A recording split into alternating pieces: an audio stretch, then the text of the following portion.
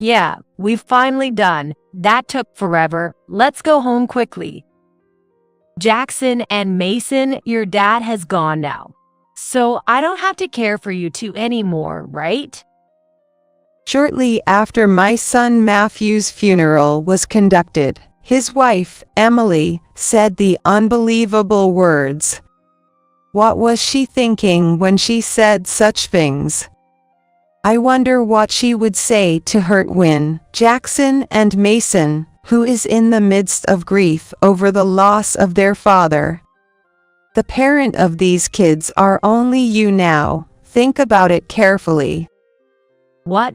I'm going to remarry a handsome doctor. Let the old lady raise the twins. See you. While I was confused, Emily spat out selfish lines and left gracefully. The attendees and I were taken aback by the sudden turn of events. Fine then. After Emily left, I muttered quietly, I'll take care of Jackson and Mason. After finishing the tumultuous funeral and returning home, I finally crawled into bed and let out a deep sigh. I've never felt a day drag on this long. I'm exhausted beyond belief. My eyes naturally close. Ha ha ha. Giggle giggle. At 2 a.m., eerie laughter emanates from the next room, waking me up. Opening the door, in the darkness, two faces illuminated by the pale glow of the screen. There were Jackson and Mason, supposed to be grieving, laughing heartily at the computer screen. I'm Mia. I've been living alone in this house since my beloved husband passed away 3 years ago. My only joy is when my adorable grandsons come to visit. Today, I'm restless and can't seem to calm down since it's the day Jackson and Mason, my grandsons, are coming over to play after a long time. Even though I finished preparing lunch, I felt like something was missing and ended up wandering around the room. That's right, the camera.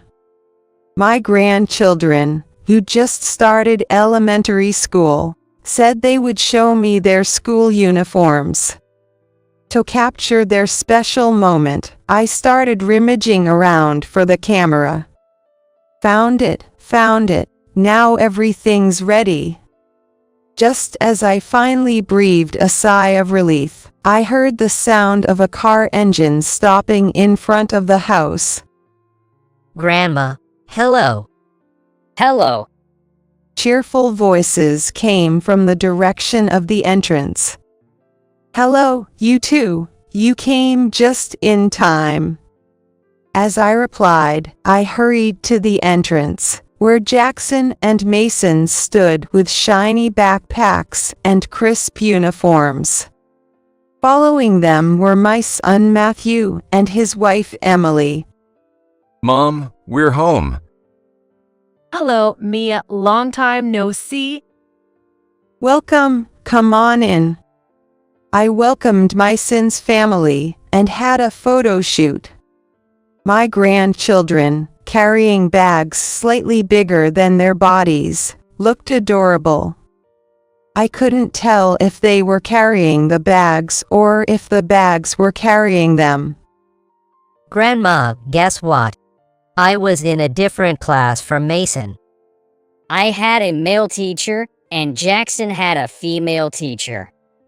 Yes, my grandsons are twins. My only son Matthew married Emily 8 years ago, and to our surprise, they were blessed with twins not long after.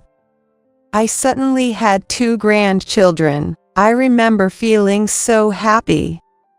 However, I was surprised when my son came to me to report that he was marrying Emily. Originally, because Matthew had a calm and serious personality, and he had spent his student days quietly, I never imagined he would choose a beautiful and sharp woman like a model. Thanks to that, the twins who were born also have distinct and well-defined features. They might be what you call good-looking. Emily was eager to make the most of their good looks, so she was desperate to get Jackson and Mason into the entertainment industry by sending them to dance school and having them audition. When they first started kindergarten, it seems Jackson and Mason didn't understand what was going on and just went along with it, attending dances and auditions. Recently, I've been wondering how they've been doing while preparing meals in the kitchen with Matthew. When Emily went to the car to fetch something she forgot, Matthew quietly started talking. Mom, actually. It seems to be about Jackson and Mason. When they first started elementary school, they really didn't want to dance anymore, and they hated being on TV. They rebelled against it a lot, and for a while, their relationship with Emily wasn't great. They seemed to become more assertive and expressed their feelings to Matthew and Emily. Jackson and Mason, much like Matthew, were not comfortable with being in the spotlight. Emily was desperate to keep them going, but they ended up quitting everything for Jackson and Mason's sake. It could have led to a tense atmosphere between us, but things are fine now. Just as I was concerned about their recent behavior, but hadn't had the chance to ask, Matthew quietly confided in me, away from Emily and the two boys. They seem to be working hard to adjust to school life now. As we gathered around the table, listening to Jackson and Mason talk about their school experiences, I felt relieved to see that they were enjoying themselves. Though I had worried about their reserved personalities, it was reassuring to see them happy. After a hearty meal and a lively conversation, as Jackson and Mason left with smiles on their faces, I felt a sense of happiness wash over me. And a few months later, Mason's family of 4 came to visit again. What new things have Jackson and Mason learned recently? I managed to animate a drawing I made on the computer the other day. I'm in the middle of learning C programming language. I'm sorry, I have no idea what you guys answered, but you two are able to do some amazing things. Lately, 2 boys have been obsessed with using computers rather than playing sports. I'm not at all knowledgeable about computer stuff. But from what I've heard from Matthew, it's clear that Jackson and Mason are much more skilled with computers than kids their age. Both Matthew and I believe in their computer talents and have high hopes for their future. Matthew is even looking into nearby programming classes. Instead of boring old computers, they could become famous and make money by appearing on TV. Emily didn't seem too thrilled about the boys being interested in computers. Perhaps she hadn't completely given up on the idea of getting them into showbiz. It's fine, isn't it? Let the kids do what they love. Matthew said, trying to reassure Emily. In my heart, I nodded, thinking that the greatest happiness is letting grandchildren do what they love and grow freely. As time passed, Jackson and Mason entered 6th grade.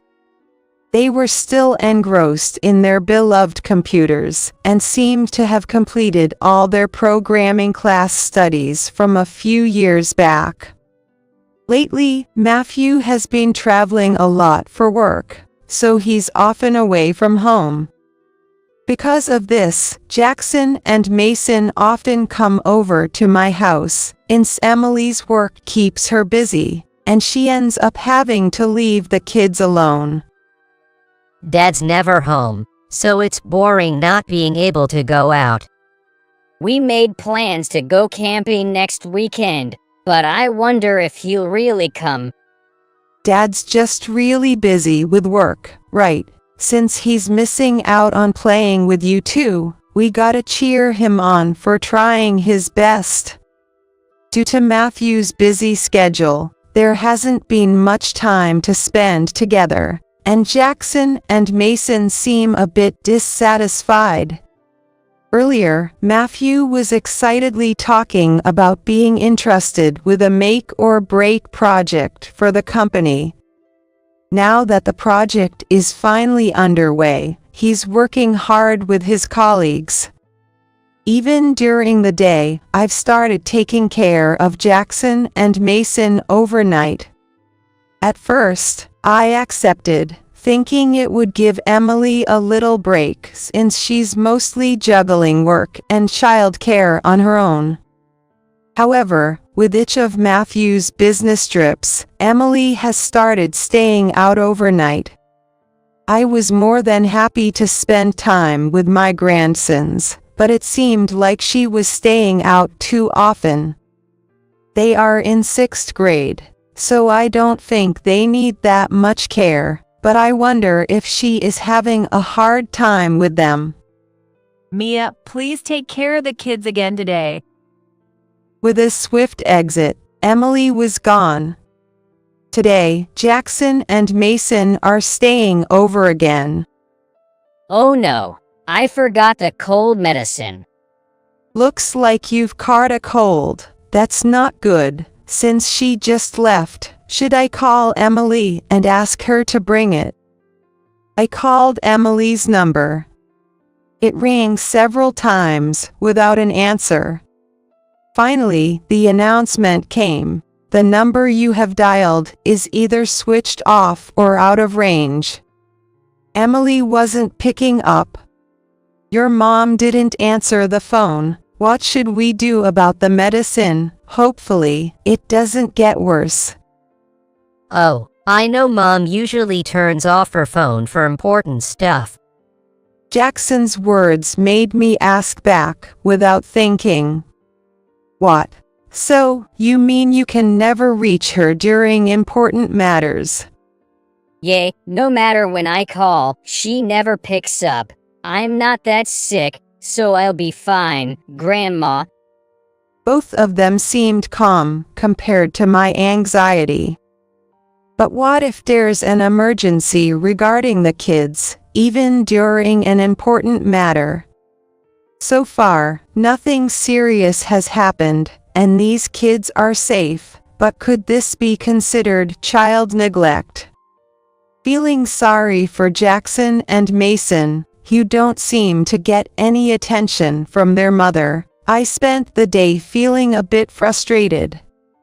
The next night, when Emily came to pick them up, I asked her, "Emily, Mason forgot his medicine, so I called a little after you left. Did you find it hard to pick up the phone?" Oh, sorry about that. I turned off my phone. Didn't the kids tell you? Emily replied without a hint of apology, as if it were perfectly normal. "Oh, I see, but you might want to keep it on just in case something comes up and we need to reach you." I was taken aback by Emily's attitude and couldn't say anything more. After that, Jackson and Mason stayed over several times. While I was looking after them, I called Emily's cell phone several times for various reasons, but as usual, she didn't answer. Then one afternoon, I received a call on my cell phone from an unknown number. I didn't recognize the number. With trepidation, I answered the phone, and I heard the voice of a panicked man on the other end. "Hello, is this Matthew's mother?" I'm Matthew's colleague. I'm sorry to bother you suddenly. Please calm down and listen. Matthew is currently in the hospital.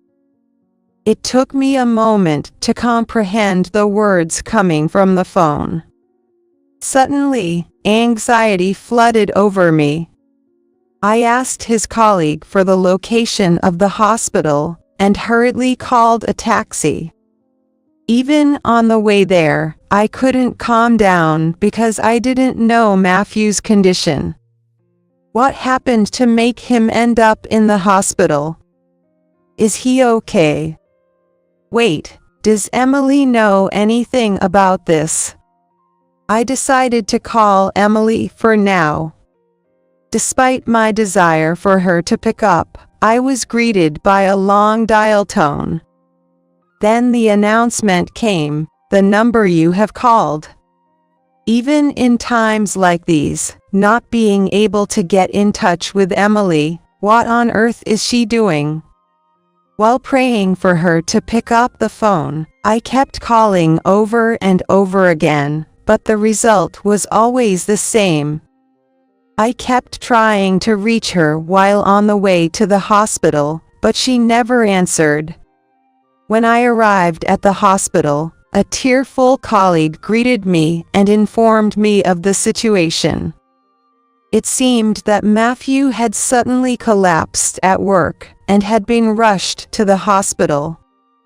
Despite receiving necessary treatment, his condition was critical, and he still hadn't regained consciousness. I tried calling his wife several times, but she never picked up. So I contacted you instead. Thank you for coming so quickly. Emily didn't answer the phone after all. It turns out that Matthew had been suffering from insomnia recently and had looked unwell, causing concern among his colleagues. Was it because he was so busy with work that he couldn't sleep well, or did he push himself too hard? I regretted Matthew's earnest nature. For now, I felt I had to let Emily know the situation, so I decided to head to Matthew's house. I left the hospital with a heavy heart, worried about Matthew's condition. When I arrived at Matthew's house, Jackson and Mason, who had just returned from school, were home alone. Grandma, what's wrong? You're back. Has Mom not come back yet? Not yet. Are you waiting for her at home? I debated whether I should tell Jackson and Mason about Matthew. Is it okay for me to tell them? I decided to wait until Emily got back and explain it to all three of them together. After a while, Emily returned. Emily, did you check your phone? I called you so many times. Emily rummaged through her bag and pulled out her phone. Mia, what's going on? Oh, I have a missed call. Is everything okay? Despite feeling irritated by Emily's attitude, I took a deep breath and told her. Emily, Jackson, and Mason, listen carefully. Matthew collapsed at work today and is now in the hospital. The doctors did various treatments, but he still hasn't regained consciousness. Jackson and Mason remained frozen in surprise, their faces showing shock from the sudden news. On the other hand, Emily, without changing her expression, just exclaimed and continued fiddling with her smartphone. I expected her to be more surprised and worried, but her reaction, or lack thereof, caught me off guard. My bewilderment didn't seem to register with Emily, who was engrossed in her phone. And so, the days passed one by one. Despite our wishes for him to wake up, Matthew remained unconscious. The doctors informed us that there was little hope of him regaining consciousness, and we had to prepare ourselves for the worst. Several days later, Matthew's funeral took place. Jackson and Mason stood silently, their heads bowed, tears streaming down their faces. Despite being mature for their age, they were still just sixth graders. Losing their beloved father, they were undoubtedly at the depths of sorrow. All I could do for them was to offer my support, gently patting their backs as they mourned. Emily, without paying any mind to the children, sat there looking very sluggish, greeting curtly to the attendees. The funeral was attended by many of Matthew's colleagues and superiors from work. Each one mourned Matthew's departure, with most of them wearing expressions of frustration or shedding tears. Seeing how important my son was to the company fills my heart. But it's strange. After the funeral, I overheard some of Matthew's coworkers talking on their way home, and something about their conversation bothered me. Just when the project was finally getting on track and settling down, why did he have to pass away so suddenly? Even though he hadn't been working overtime lately, his face looked unusually worn out. He mentioned not being able to sleep. I wonder what was weighing on his mind. These words stuck with me and have been circulating in my head. I thought Matthew's condition was due to his busy work schedule. But none of his coworkers mentioned anything like that. On the contrary, it seems like work had been calm lately, and they were concerned about Matthew's recent behavior.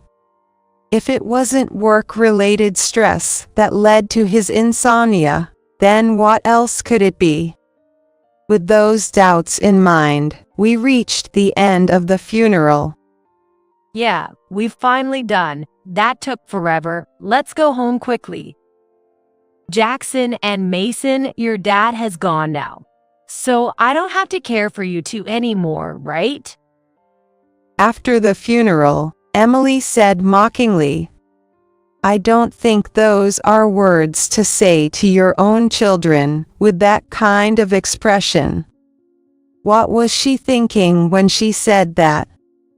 It's hard to understand why she would say such things to Jackson and Mason, who are in the midst of grieving for their father. I thought it was a mistake and asked again, "Emily, what do you mean all of a sudden?" With these kids around, they're just a nuisance to me. I don't need them. The parent of these kids are only you now. Think about it carefully. I thought Emily was just confused and tried to reason with her. Think about it. There's nothing to think about. This is so convenient. Now I can live with my boyfriend. Boyfriend? Who's your boyfriend, Emily? I'm marrying a handsome doctor. Let the old hag take care of the twin brats. See ya. While I was still bewildered, Emily uttered those selfish words and left in a swift manner. The attendees and I were taken aback by the sudden turn of events. Fine. After Emily left, I muttered under my breath, "I'll take responsibility for Jackson and Mason. It's better for them to grow up in an environment where they won't be abandoned by their mother and suffer sadness. Moreover, I'm lucky to be able to live with such adorable grandchildren." When I made up my mind like that in my heart, Jackson spoke up. Grandma, can we live with you? "Of course, that's fine." Jackson smiled relievedly. It's better to live with Grandma than with Mom. She's never at home anyway. I don't think she cares about us. Mason's words pained my heart. Was Emily really so indifferent to the two kids to make them say such things? After stopping by Matthew's house, I packed Jackson and Mason's belongings, and we finally returned home. After finishing dinner, both Jackson and Mason seemed tired, with little conversation and sleepy looks. Today must have been exhausting both physically and mentally. After bidding farewell to their father, their mother left them behind as well. I wonder if Jackson and Mason are okay emotionally. They seem calm, as if they've accepted this sudden turn of events, but I can't help but worry about what's going on in their minds. Instead of nagging, I'll just have to keep an eye on them for a while. Both of you must be tired today. Get some rest tonight, you two. Once the cleanup was done, I also wanted to rest as soon as possible. While doing chores, Jackson and Mason were no longer in the living room. They must have finished bathing and returned to their room. Finally, I slipped into bed and let out a sigh of relief. Suddenly, I found myself recalling today's events like a movie reel flashing before my eyes. Is Emily really serious about letting go of the kids? Despite the late hour, I felt the need to confirm my feelings, so I called Emily again. The number you have dialed. I was hoping she'd pick up, but instead, I heard the familiar automated message. Today felt longer than any other day, and I was terribly exhausted. My eyes began to close on their own. Ha ha ha. Giggle giggle. At 2 a.m., I was awakened by laughter coming from the next room. Was I hearing things, I wondered, but the laughter persisted. Jackson and Mason were supposed to be asleep in the next room. Thinking they should be asleep, I gently approached their room to check. As I opened the door, I saw two faces illuminated by the blue glow of a computer screen in the darkness. Jackson and Mason, whom I thought were asleep, were actually giggling while looking at the computer. What's going on here in the middle of the night? Oh, Grandma, did we wake you up? Sorry. Yay, Grandma, take a look at this. As instructed, I peered at the computer screen. Emily, darling, whose chat history is this, anyway? It's Mom and her boyfriend's chat history. Displayed on the computer screen was the chat history between Emily and presumably her boyfriend. I bet notifications are coming to your phone right about now. Upon hearing that, I went to fetch my cell phone and checked it. Sure enough, there were notifications. When I opened them, I saw the same chat history from the chatting app on the computer screen. How did this happen? Did you guys do this? They answered with innocent looks on their faces. Yeah, we did it. By now, everyone in Mom's phone contacts list should have received the images. What's going on? I couldn't make sense of it, so I asked the two what was going on. I think Mom's the reason Dad collapsed. It seemed that Matthew had some doubts about Emily lately, as she had been spending a lot of time away from home. Matthew was pressing Emily about where she had been and what she had been doing, but she was avoiding the questions entirely. Jackson overheard. We're still kids, you know. Dad must have been worrying about something, but he never said anything to us. Matthew seemed troubled by Emily's frequent absences, and the fact that she kept leaving the kids with me each time. Sometimes when I slept with Dad, I heard him groaning in pain, and I'd wake up, Maybe he couldn't sleep because of that. It seemed he had noticed his father's stress and lack of sleep, whether it was just a child's intuition or not. But you know, the relatives and uncles all said it was because Dad was busy with work. Even though it's definitely Mom's fault. Jackson said, sounding frustrated. I couldn't say it was Mom's fault at the funeral, because no one would believe a kid like me. So, I programmed Mom's phone after the funeral to show everyone the evidence. No matter how much they appealed to the fact that Dad had collapsed, the adults wouldn't believe them. Moreover, they seemed to think that if they tried to speak the truth, Emily would stop them. It was surprising that they would expose things like this, even though they were good with computers. The way the two of them spoke so freely made me curious. However, even though she wasn't home much, I wondered how they managed to manipulate Emily's phone. Mom's not good at using smartphones or computers, so we set it up for her.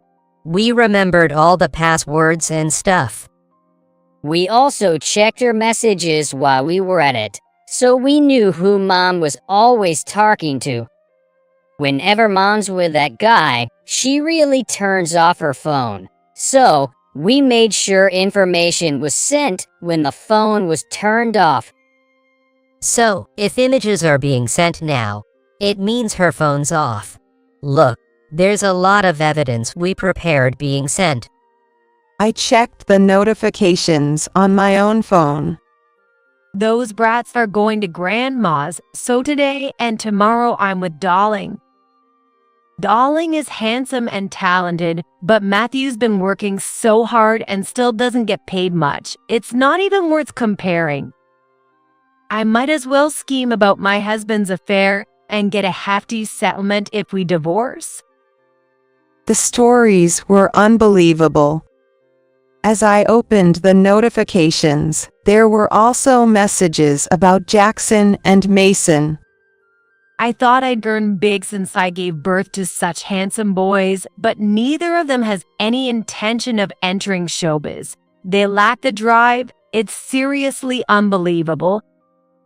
I spent a lot of money sending them to dance classes and auditions, but it was all a waste. They're such ungrateful children. What a terrible mother she is. She forced her ego on her children, and now she calls them ungrateful children. I truly feel sorry for those kids. And while I always knew Emily was a straightforward and clear-headed woman, I never thought she'd be so foul-mouthed and rude. I thought maybe she became rude due to heightened emotions at the funeral, but is this her true nature? Did Matthew know she was like this, or was he deceived? Learning about Emily's true nature was shocking. Despite my shock, Jackson and Mason seemed oddly relieved. By now, our relatives and Mom's friends must be shocked. A few days later, I received a call from Emily's mom. I'm really sorry for what my daughter did. I don't even know how to apologize, she said, sounding genuinely remorseful as she apologized repeatedly. While I couldn't undo what had happened, I accepted her apology and inquired about Emily's whereabouts. According to Emily's mom, after the revelations on that day, Emily had been cut off by both relatives and friends. Hence, nobody knew where she was or what she was doing. It made sense, after all. To be honest, there were days when I worried if it was the right decision to suddenly take in Jackson and Mason. But I felt relieved that we severed ties with Emily before she could disrupt their lives any further. I believe they can live happily without being involved with Emily. And rumor has it that the cheating boyfriend she was going to remarry left her because of her bad nature. However, that wasn't all. Because evidence of the affair had spread even to her friends, one of them apparently took it upon themselves to identify her partner. Surprisingly, it turned out that the guy also had a bad reputation for womanizing and was seeing multiple partners. Emily happened to be one of them.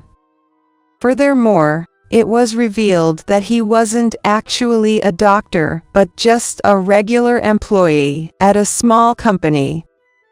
Other misdeeds of his had also come to light, and it seemed he was in quite a predicament. Some time later, I received a call from Matthew's company. They informed me that Matthew's death was being treated as a work-related accident, and therefore, compensation would be provided. I knew that Matthew's death wasn't the company's fault.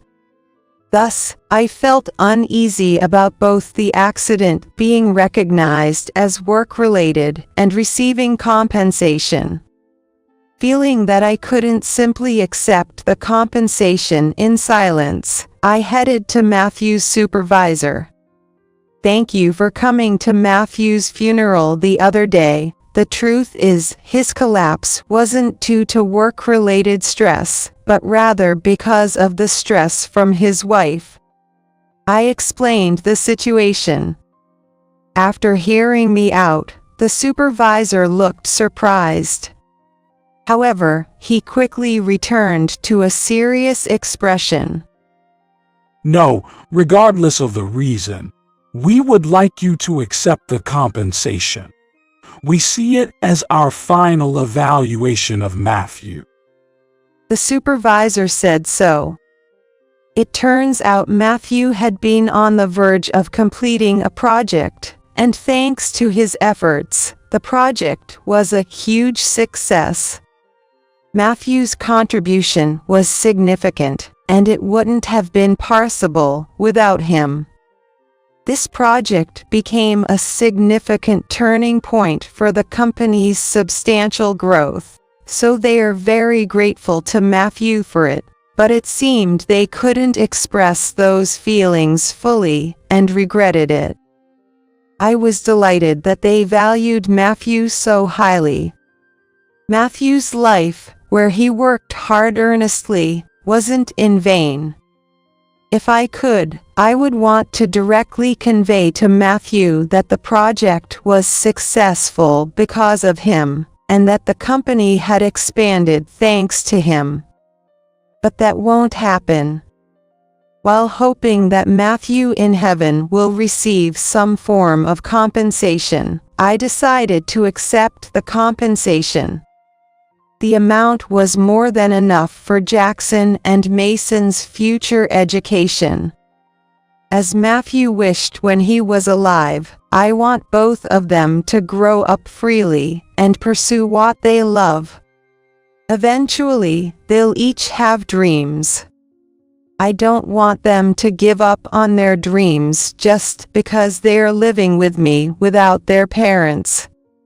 I thought I'd keep this money carefully so that I can provide them with various choices when the time comes. With a heartfelt wish for them to become people who can contribute to society like Matthew, I resolved once again to raise 2 boys. From now on, the 3 of us will live happily while remembering Matthew.